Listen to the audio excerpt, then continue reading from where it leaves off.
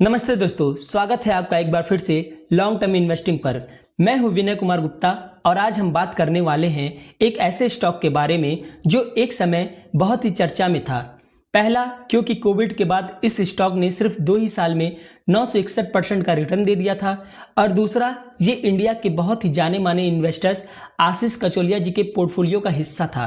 पर दोस्तों, आज की डेट की बात करें यानी कि 24 अप्रैल 2025 की, तो ये स्टॉक अपने हाई से लगभग 80% तक करेक्ट हो चुका है। अगर इसके ऑल टाइम हाई की बात करें तो दिसंबर 2022 में इसने 1775 रुपए का हाई लगाया था, जो आज के डेट में गिरकर 359 रुपए में देखने को मिल रहा है। तो दोस्तों, आज के वीडियो में हम यही समझने वाले हैं कि ऐसा क्या हुआ जो इस स्टॉक ने इतना ज्यादा गिरावट दिखा दिया, और ये भी समझेंगे कि क्या अभी फ्रेश बाइंग करना चाहिए और जो लोग ऊपर के लेवल से फंसे हुए हैं उन्हें क्या करना चाहिए। तो वीडियो को स्टार्ट करने से पहले आप लोगों से रिक्वेस्ट है कि अगर आप लोगों को ये वीडियो इन्फॉर्मेटिव लगे तो प्लीज वीडियो को लाइक एंड शेयर करें और चैनल को भी सब्सक्राइब करके बेल आइकन को प्रेस कर दें, ताकि हम ऐसे ही इन्फॉर्मेटिव वीडियो आप लोगों के लिए आगे भी लाते रहें। तो आइए सबसे पहले कंपनी के बारे में जान लेते हैं।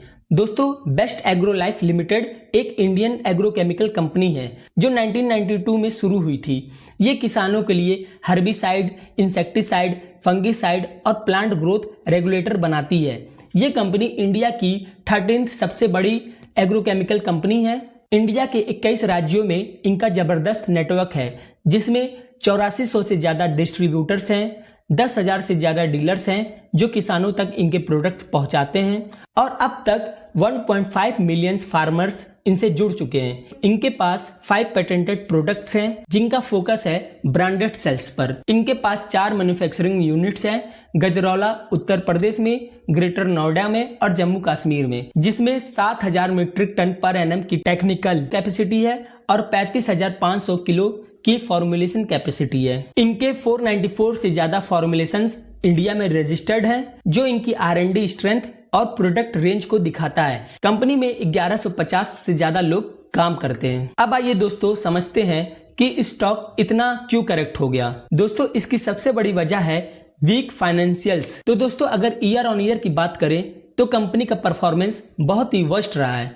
दिसंबर 2022 में कंपनी का सेल 328 करोड़ का था, जो दिसंबर 2023 में घटकर 314 करोड़ और दिसंबर 2024 में 274 करोड़ पर आ गया। यही नहीं, इनका ओपीएम भी जो दिसंबर 2022 में 18% था, वो दिसंबर 2024 में -2% हो गया, जिससे इनका नेट प्रॉफिट भी कम होते गया। दिसंबर 2022 में जो कंपनी 328 करोड़ का माल बेचकर 31 करोड़ कमाती थी, वही कंपनी दिसंबर 2023 में 314 करोड़ का माल बेचकर 7 करोड़ के घाटे में, और दिसंबर 2024 में 278 करोड़ का माल बेचकर 24 करोड़ के घाटे में चली जाती है। दोस्तों, अगर टीटीएम की बात करें यानी कि ट्रेलिंग 12 मंथ की बात करें तो कंपनी 1675 करोड़ का सेल करके सिर्फ 19 करोड़ का ही नेट प्रॉफिट कमा पा रही है, जो बहुत ही ज्यादा कम है। तो दोस्तों, इतने खराब परफॉर्मेंस की वजह मैनेजमेंट ने अपने लेटेस्ट कॉन्फ्रेंस कॉल में बताते हुए कहा है कि साउथ इंडिया में साइक्लोन और ज्यादा बारिश होने की वजह से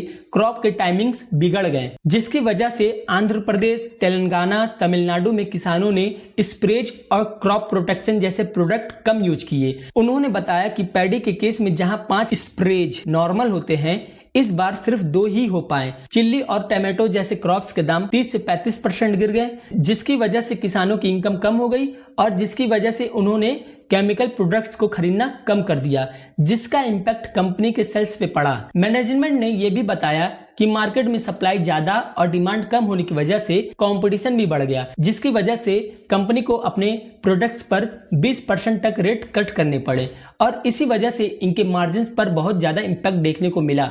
दोस्तों, मैनेजमेंट ने बताया कि कंपनी के पास लगभग 400 करोड़ का फॉरेन करेंसी बोरोइंग्स है। दिसंबर में डॉलर्स के रेट बढ़ने की वजह से कंपनी को 11 करोड़ का फॉरेक्स लॉस हुआ। दोस्तों, मैनेजमेंट ने बताया कि कंपनी ने मैन पावर और ब्रांडिंग में काफी ज्यादा इन्वेस्टमेंट किए हैं। उनका कहना है कि भले ये सब कॉस्ट अभी प्रॉफिट को इम्पैक्ट कर रहे हैं, लेकिन लॉन्ग टर्म में फायदा होगा।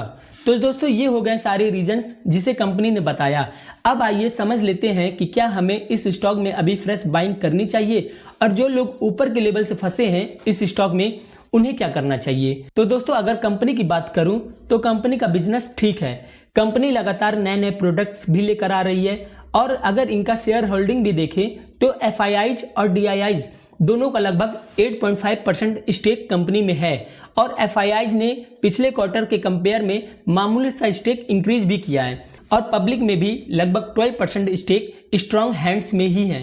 पर अगर मैं अपनी बात करूं तो मुझे बहुत ज्यादा ये कंपनी पसंद नहीं आ रही है, क्योंकि मुझे इस समय इस कंपनी में कोई मोट नजर नहीं आ रही है। मतलब कोई ऐसा चीज नजर नहीं आ रहा है जो बाकी सेम सेक्टर की कंपनियों से यूनिक हो। और इस बिजनेस में कंपटीशन भी बहुत ज्यादा है, जिसके वजह से इनका मार्जिन्स भी बहुत ज्यादा फ्लक्चुएट करता है। कभी इनका मार्जिन्स 21% तक हो जाता है तो कभी -50% तक डाउन हो जाता है।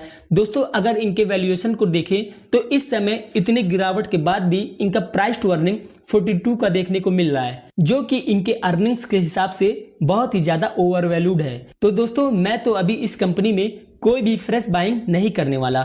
और जो लोग ऊपर के लेवल से फंसे हुए हैं और उन्हें काफी लॉस हो चुका है, तो मैं उनसे यही कहना चाहूंगा कि अगर आप होल्ड कर सकते हैं तो अभी होल्ड ही करें, क्योंकि इतने ज्यादा लॉस में बेचना मेरे हिसाब से सही नहीं रहेगा।